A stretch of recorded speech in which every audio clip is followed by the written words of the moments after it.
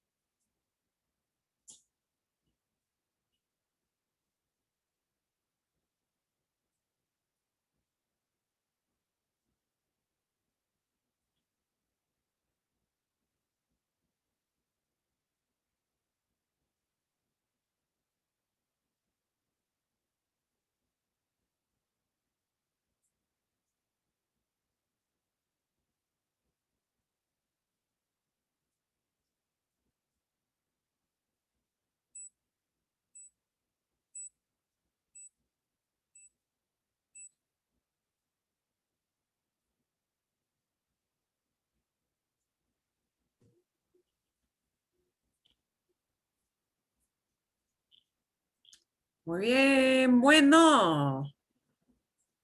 Y vamos a compartir las ideas que ustedes tienen. Bueno, por ejemplo, mi jefe insistió en que todos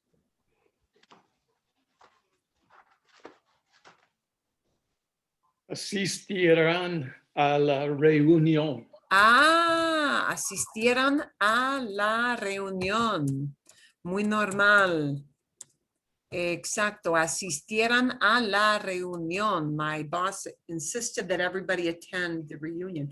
And by the way, if we phrase this as todos, you can interpret it as asistieran or asistiéramos, either way, because you may kind of take that as an inference that it's us, or it might be an inference that it's everybody and you know, apart. So either way works. Buena idea, gracias, Jim. Otra idea.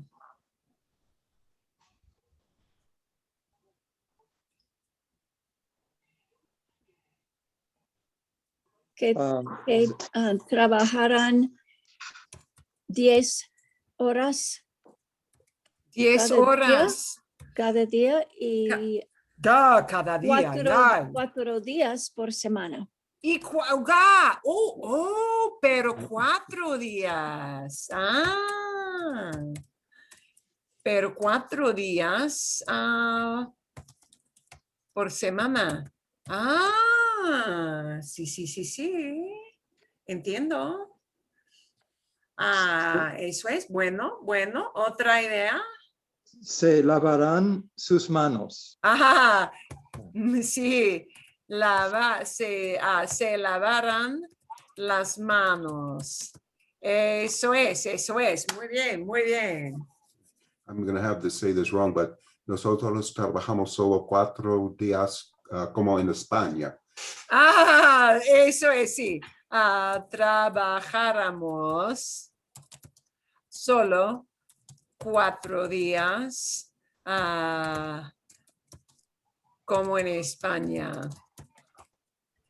Y no es por todas partes en España, sí. Es un experimento de verdad, sí, pero sí. 200 compañías son muchas, entonces van a saber mucho si esto funciona como idea que podemos hacerlo todos o no. Bueno, otra cosa. Bueno, ok. Mi familia me pidió que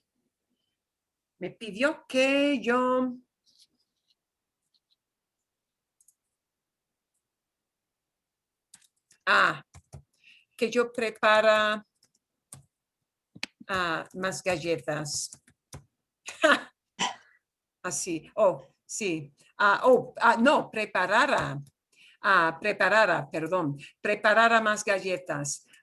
Otra idea aquí.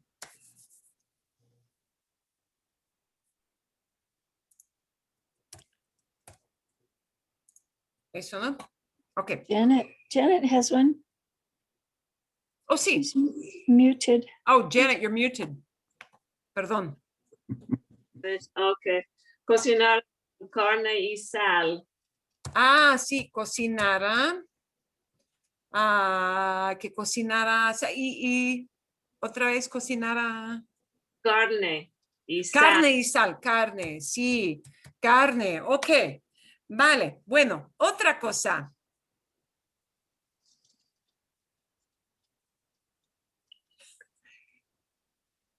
Que yo viniera a casa para cenar. Que viniera a casa para cenar. Me gusta mucho, buena idea. Mi familia me pidió que yo les comprara más cerveza. Ok. Que les comprara, I buy them more beer. Así es, ok. Bueno, hubiera menos problemas si. There would be fewer problems if. Pues, Si la gente tendría responsabilidad para el bienestar de todo. Si la gente tendría más responsabilidad. Más responsabilidad. Sí. Uy, ay, sí, qué, ay, sí. Tienes razón. ¿Qué más? Si la gente manejara menos y andara más. Y anduviera. Andar is a strange verb. Si la gente Yes. manejara menos y anduviera más. Andar is an odd verb, and because they use it more in Spain than in Latin America, we've never really looked at that very much, but it's anduve. It's a really odd one in pretérito. Pero sí, anduviera más, manejara menos y anduviera más. Drove less, walked more. And you could conversely put in there caminara más. Es igual. Those two verbs are the same. Okay, buena idea. ¿Qué más? So Marilyn, was that the imperfect form of manejar, or was that a conditional? Oh, perdón. No. I am wrong. I'm thinking so much subjunctive here. I got that wrong. Manejaría. Sí. Gracias. Manejaría menos y andaría más. I've got subjunctive on the brain. Manejaría menos y andaría más. Y aquí sí. Ok, bueno, ¿qué más? Si gente estaría un poco más feliz. Estaría un poco más feliz. Sí. Sí, eso es. Si hubiera menos problemas, si nos escucharíamos más. If we would listen to each other more, si nos escucharías más, ¿sí? Bien, ok. Creo que no tenemos que pasar, a menos que tengan preguntas, unless you've got some questions about these little exercises, and I'm just kind of looking at 229,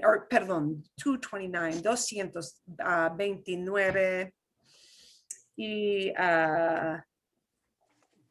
quizás 231. If there are any questions you have about anything on any of those pages, because they give you the answers in the back, so it's not like you really need me for answers. But if there was anything in there that didn't make sense to you. Well, Marilyn, would there be a specific page where we could look up this conditional example? Oh, conditional. Yes, there would, to see how those work. Sí. A ver, creo que hay algo. I think there is something in here. ¿Dónde está? Oh, there's como sí, which is almost the same thing. Bueno, sí, aquí, right. En la página, empieza en la página 240. It begins on 240. So it's way at the bottom of 240. Then it goes to 241 and to 242. So if you want to take a look at some examples where they'll give you sentences to manipulate with that, the explanation is on 240, 241, but the exercise, el ejercicio está en la página 242. And I don't mean to beat a dead horse, but all these have a C, S-I, as an if. They all have a C, yes, and they all have C, not as the word yes, but they have the word C as if, right? And so if you want to check out 242, so we've got, I'll do like a couple of these with you, Roy, on 242. Si Fernando. And we want to say, if Fernando were taller, He would Sería- be like an athlete. He would be, Sería- yeah, a sports guy, right? Sí. He would play sports. Si Fernando fuera más alto, the C will always be paired up with the subjunctive past kind of verb. Nice, okay. Okay, but they can flip the order of those. So you know what? I'm going to take a look at 2 with the C up front and 2 with the C on the back end. Mhm. It doesn't really matter if you start the idea with C and past subjunctive, or if you start the idea with conditional and end up with the C and the Mhm. subjunctive. So let's look at 1, 2, 9 y 10. We'll look at the top 2 and the bottom 2 out of this page. Si Fernando fuera más alto, sería deportista. Sí. If Fernando were taller, he would be an athlete. Si a María le gustara bailar, if María liked dancing, sí, iría a fiestas. She would go to parties. So si a María le gustara, and that's kind of a hard one because of course gustar is, you know, the oddball conjugation. Oh, yeah. Yeah, le gustara bailar. Si a María le gustara bailar, if María liked dancing, but she doesn't, that's the thing. These C clauses are hypothetical, meaning that the situation doesn't really exist. If Fernando were taller, but he's not, he would be an athlete. If Maria liked to dance, but she doesn't, and that's why it goes into past subjunctive, right? She would go to parties. And now we're going to look at 9 y 10, right at the bottom, because those lead off with the conditional, and then they'll finish off with the C and the past subjunctive, C. El niño no, el niño no lloraría. The little kid wouldn't cry. El niño no lloraría tanto, so much. Si no le doliera, that's a hard one too. Si no le doliera el estómago, if his stomach didn't hurt. And again, doler is like gustar, doliera. Si no le doliera el estómago, if his stomach didn't hurt, but his stomach does hurt, so he is crying a lot. These are all hypotheticals. Hypotheticals mean that the situation doesn't really exist. We're putting ourselves into what if mode. I wouldn't take off. I wouldn't leave. Yeah. If you wanted me to stay. Ooh, yo no me iría. I wouldn't go away. I wouldn't leave. I wouldn't take off. No me iría. Si usted, and I've got to look up the verbs they want here. Si usted quisiera que yo me quedara. Jeez. That is a tough one. That is a tough one. Let's look at the one above it, ocho. Let's find one a little bit less convoluted. We're going to use, because that, you know, you can't pull that one out of your back pocket. That's a muddle of a whole bunch of ideas. Yeah. I wouldn't go away if you wanted me to stay. Okay, let's take a look at ocho.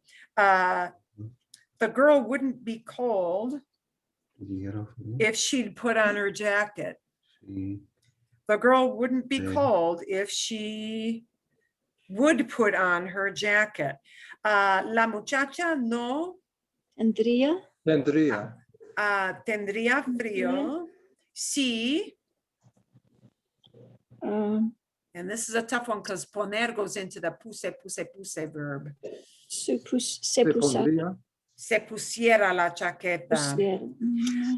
And so, you know, this is a tough one to use because you've got all those odd irregulars and pretérito that drive that odd formation. La muchacha no tendría frío si se pusiera la chaqueta, sí. If she were to put on her jacket. So these are a little bit tougher. I would say check out the rest of those to see, you know, if you can do those. But that last one, that's a tough one because they're doing triple duty there instead of two things. Okay, Mas, right? Any other questions on that? No, very good. Thank you. Okay. Magnífico. Okay. Lo que vamos a hacer. Nos quedan 20 minutos. We've got 20 minutes left. I do want to play this very short video. And then I've decided kind of last minute, we're going to take a look at the article that Janet found for us first. And then I'm going to give the shorter one as a tarea. It's all going to be about the whole Cuba thing. And one thing I should preface this with is that Cuba also had a big change January 1st monetarily. They went off a dual monetary environment, and I had to look that up a little bit because at first I mistakenly thought, and I understand why I was mistaken. I had mistakenly thought it was the dual monetary thing of dollar versus peso, but that's not quite true. It was communist kind of peso versus kind of US kind of peso. They were both called pesos. Yeah. And both were accepted as. But only certain people could use the different types. Exacto, right. And you may get your, and it used to be that maybe you would get part of your salary in the one kind of peso and a portion of your salary in the other. How bizarre is that? We were told that the Cubans get one type of, I don't remember what it was. The cheap one.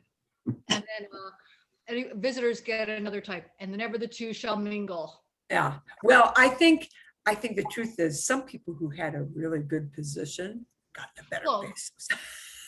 If you paid for the visitor, they would ask for things. Yeah. Right. And you cannot do anything with this. You cannot exchange this once you're out of the country. So It's not like, you want to like change over to pounds, British pounds, and then get dollars back when you come back. It's kind of a pain in the butt, but you can do it, right? And no go. So, but I believe how the split was, as I looked it up, it was the Cuban peso was worth about 25% of what the visitor peso was worth. So your visitor thing, it was worth a lot. And now that's gone away, supposedly. Well, do we know? We don't really know because we don't live there. It's supposed to go away. It was supposed to have gone away as of January 1st. But there are an awful lot of changes afoot. So we're going to listen to one little, a nice brief thing so that we don't have to listen to a really, really long speech about, progress for the people, because it gets a little bit tiresome. I'm all for progress for the people, but speeches could sometimes be like ridiculously long-winded. So we're going to take a look at this, and I bet you'll be able to understand a great deal of it. If I have to slow it down, I will, but I think with this one, I maybe do not have to. Vamos a ver. Abril de 2016. Los hermanos Castro juntos en público por última vez durante el 7º Congreso del Partido Comunista de Cuba. Fue la despedida pública de Fidel, quien fallecería unos meses después. El 8º Congreso comienza mañana y también podría ser el último para Raúl Castro, que cederá las riendas al actual presidente del país, Miguel Díaz-Canel. Nunca habíamos tenido que celebrar un congreso en circunstancias tan complejas como esta. Estanterías vacías, largas colas para comprar alimentos y medicinas. So they're talking about empty shelves, long lines to buy basic food and medicines. Es la pandemia. E inflación galopante. El reflejo. And galloping inflation. de una crisis no vista desde hace 30 años y que trajo una caída del 11% del PIB en 2020. El cierre del sector turístico por la pandemia fue un duro golpe para la ya debilitada economía de la isla. En una situación económica muy difícil. Los elementos que yo te diría que es un Congreso que realmente va a ser distinto, y si no es distinto, va a ser muy difícil entonces que haya el apoyo que necesita este país. A la crisis han contribuido en parte también las sanciones de Estados Unidos. Muchos han puesto sus esperanzas en la nueva administración, pero aún no está claro si Joe Biden intentará mejorar las relaciones con el país caribeño. Un cambio en la política hacia Cuba no está actualmente en las prioridades del presidente Biden, pero los derechos humanos siguen siendo un pilar fundamental de la política estadounidense y nos comprometemos a revisar cuidadosamente las decisiones políticas de la administración anterior. Por último, pero no menos importante, la llegada del Internet móvil a Cuba en 2018. Una amenaza desde entonces para el control y el aislamiento informativo que el gobierno mantuvo por décadas. Los ciudadanos ahora pueden expresar sus denuncias y disconformidades e incluso organizar protestas, algo impensable hace algunos años. Cualquiera sea el resultado del 8º Congreso, la principal interrogante será si la generación de relevo marcará el fin de una era o si Raúl Castro seguirá teniendo la última palabra. Having the last word. Having the last word. Ok. A ver, bueno, entonces, mira Laura. Okay, we're going to take a look. I will, actually, I'm going to switch this up a little bit. I am going to give you, for reading on your own, the New York Times article, which talks really about largely the younger generation's feelings about this change in power. Because this is this is a big thing. And it's a longer article. We're going to take a look at the shorter one because of the time that we have left. The article I had found was something that just talks about the new guy, el nuevo presidente. Okay, so there's a new guy taken over. Sí. Hay un nuevo presidente y es mucho más joven, but you will get a sense of the unrest, certainly the discontent, let us say, that people are feeling in the one that you read for the evening. I'm gonna make sure I've got the right one here. A ver, and I've actually put it into a shorter file without the pictures. So I might give you the link if it opens. Sometimes with New York Times, you may, they may limit you to the number of views you have.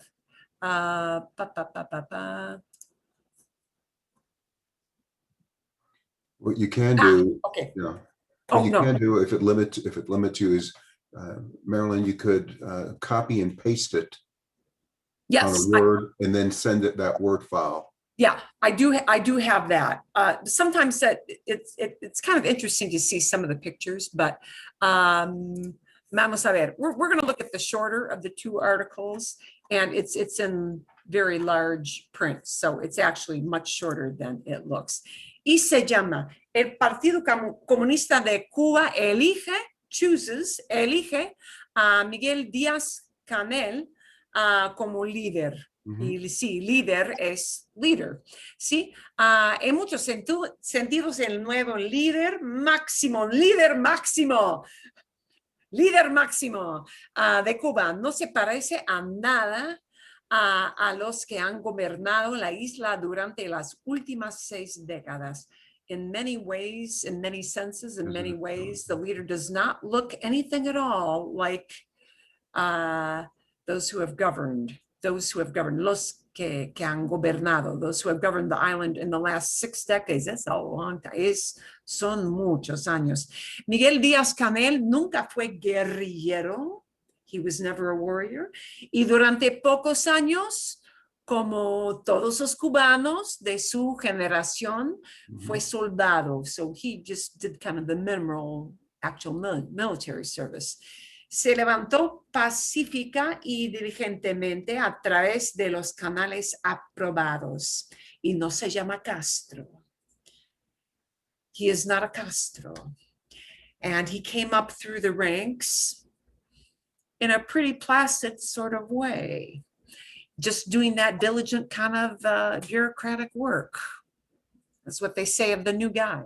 El lunes, el Congreso del Partido Comunista de Cuba, como era de esperar, eligió a Díaz-Canel como su líder, agregando este puesto crucial al título del presidente o de presidente que asumió en 2018. En ambos casos, reemplaza a su mentor, Raúl Castro, de 89 años. ¡Qué anciano, Dios mío! Sellando una política dinastía que había ocupado el poder desde la revolución de 1959. ¿Qué es sellando? Sellando, sealing. Sellar is to seal. Yeah, sealing a political dynasty. Dynasty So that was putting yeah, it right. We're putting an end to power the since political 1950. dynasty that was in the family, right? Díaz-Canel, que el martes cumplirá 61 años. He's 61 as of this month. Es relativamente joven en comparación con los miembros de la generación que acompañó a Fidel Castro en su batalla contra la dictadura de Fulgencio Batista. Fulgencio. Y luego permaneció en el poder década tras década, decade after decade, mientras cimentaba una política de estilo soviético. Sistema, I think that period is not supposed to be there. Okay, bien, so 61 is pretty old. You will see how old some of the other guys are in the other article. The other generals who, and Janet is, I see, está riendo, she's laughing, because the old guys who serve in all the other committees make, 61 años look like bebés. So he's the baby of the group. This tells you a lot. But now you got to say at 89 years, you really want to be dealing with the pandemic and all the problems on top of all the normal other problems that are coming in because of, just people wanting to have a freer economic system. I think he's maybe, pobre Raúl, he's just not up to it. Nacido un año después de la revolución en la ciudad centro-occidental de Santa Clara, so they tell you where he was born. And he was born a year before the revolution, so he's the first to be governing who was not born at the time of the revolution, but shortly afterwards. Según los informes, de joven incurrió en discordias menores. He was in some minor scuffles as a young man. El nuevo presidente. Llevaba el pelo largo. He wore his hair long. Y seguía a los Beatles en una nación comunista estrechamente alineada con la Unión Soviética. So he was kind of a hippie of his time, is what they are saying. Que luego los veía con malos ojos. Yeah, give them a, oh boy, they look askance. This would be their way of saying they looked askance at this, como un instrumento del imperialismo cultural. So, it would not have been really kosher for him to be doing the long hair hippie thing in those days, but as a young guy, I guess he did. Obtuvo un título, and they mean, título there does not mean title, it means a degree. Obtuvo un título de ingeniero So he got an engineering degree. I think it's electrical engineering. Y se dedicó a la política oficial, ascendiendo a un alto cargo, to a high post, sí, un alto cargo en la Unión de Jóvenes Comunistas. Y luego a través de una serie de cargos burocráticos en las provincias de Cuba, donde se ganó la reputación de administrador pragmático.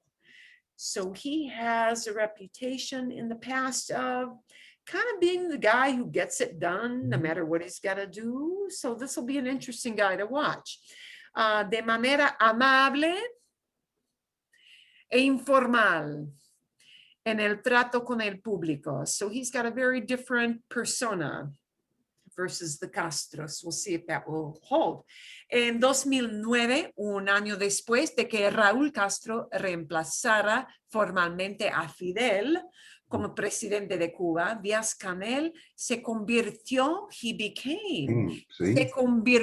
en ministro de Educación Superior. So he was the higher education minister.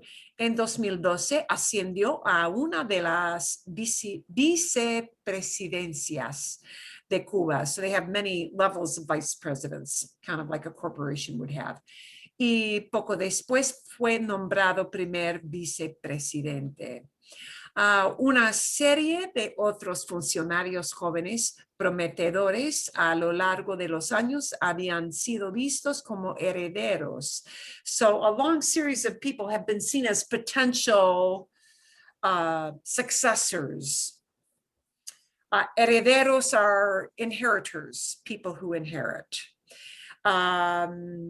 Herederos aparentes de los Castros. So many people were kind of in line, you know, juggling for maybe I could be the next guy. Herederos aparentes, apparent inheritors, solo para caer, only to fall out of favor. Porque fingieron demasiado poder, demasiado rápido,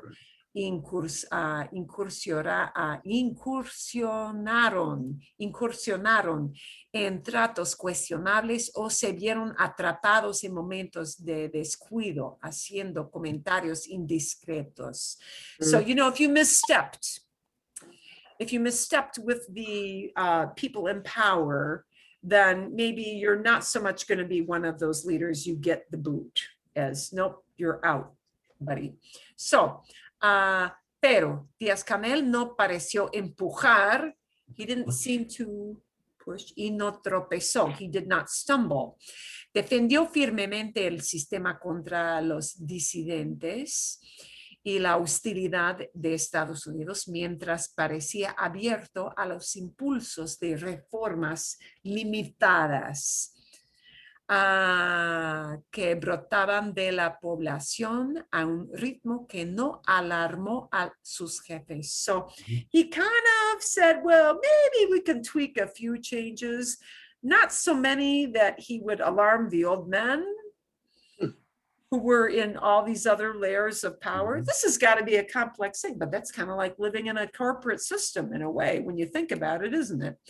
You know, do a few changes, but not so many as to alarm the old guys in power. Tomando el relevo de Raúl, taking the power from Raúl como presidente en 2018, empujó el acelerador. He kind of put the pedal to the metal. Hacia adelante en algunas reformas y el gobierno ya había comenzado para abrir la economía que alguna vez estuvo dominada por el Estado. They have started to allow some private businesses to get a move on here. Cuba permitió más pequeñas empresas. They allowed some smaller businesses, a few more, privadas, y facilitó un poco la vida a algunas pequeñas emprendedores a escala. So they allowed some small scale entrepreneur businesses. One thing that I don't think they talk about in this article, but I think they will. And the other is that there was a little more opening of the internet, which was a very big deal. You could not get on normal web search pages. I'm sure there were people with all kinds of clandestine VPNs, the young people, because they were just going to do it. This is what young people are going to do. They don't want to put up with this garbage anymore. So, okay, en los últimos meses ha supervisado el final de un torpe sistema de monedas duales. So in the last years, he has overseen this clumsy dual money system y una mayor apertura a las pequeñas empresas. Se esperaba que el nuevo Congreso del partido fuera más allá. De manera crucial para muchos, Cuba finalmente ha permitido el uso generalizado de Internet. There are still limits, but you can do more with the Internet getting on than you used to be able to. Pero no ha habido ninguna apertura a los movimientos políticos disidentes. Incluso si el control, como en los últimos años, se ha inclinado hacia el acoso, la vigilancia y las brechas en la cárcel en lugar de enviar a la gente a la cárcel durante décadas. So they are saying, you still get thrown in jail, just not for decades. Just not for decades. You know, there's a little breach and, you know, you can get out. You'll get out.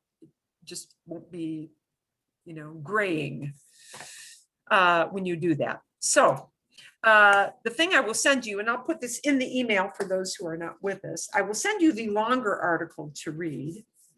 And also I want everybody to think about as a topic to discuss, because this goes not just to Cuba, but this article is going to talk a lot about what the young people's feelings are about the young people who live there, because there is a big generational divide in how the young people feel about their government and how the older generation feels about their government. And you can probably imagine a little bit about what those are, but I'm going to let you read about them.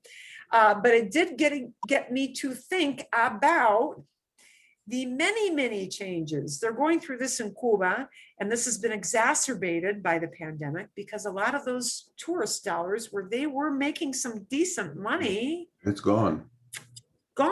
Because you can't travel. So, you know, and the health system, which was doing fairly well, a little, at least some people had some medical attention, you know, it was stretched and broke. So those two things are it's a big thing that's breaking the confidence of the youth. So there will be changes afoot, but, you know, we'll see how this plays out. But it really got me to thinking that, you know, there are a lot of changes that are afoot with the young people, which is as it will be, as it should be, because we're all going to die and leave the world behind for them. So, and I, of course, in my household, I hear this a lot because I live with 20-somethings now for the last year and a half. And, but it did get me to thinking, ¿qué va a cambiar? I would like you to come up with tres cosas. Quiero que ustedes piensen bien. I want you to think well, good and hard. Quiero que ustedes piensen bien en las cosas que van a cambiar en el futuro. Y después de la pandemia, pero más allá de la pandemia. Las cosas que van a cambiar, ¿qué va a cambiar para nosotros y para la nueva generación en el trabajo, en las relaciones entre mujeres y hombres, de todo? I think there is going to be, I really do believe this is going to be a monumental thing in the next 5 to 10 years. I Already really, started. it has already started. Yeah, people aren't going to big cities to work anymore. They're moving It's- into the countryside. It's going to be work. It's going to be play. It's going to be health. It's going to be everything. An acceptance of others that just don't look like us or act like us. It's The going to be, differences yes. will be celebrated. From social to Mhm. political to economic to relationships to just what we do with our lives. I think it's going to be an explosion. I see this coming in my kids in a way that if I did not have kids in their 20s, I probably, well, you know, I'd read about it, but I go, yeah. Now I'm like, holy cow. So,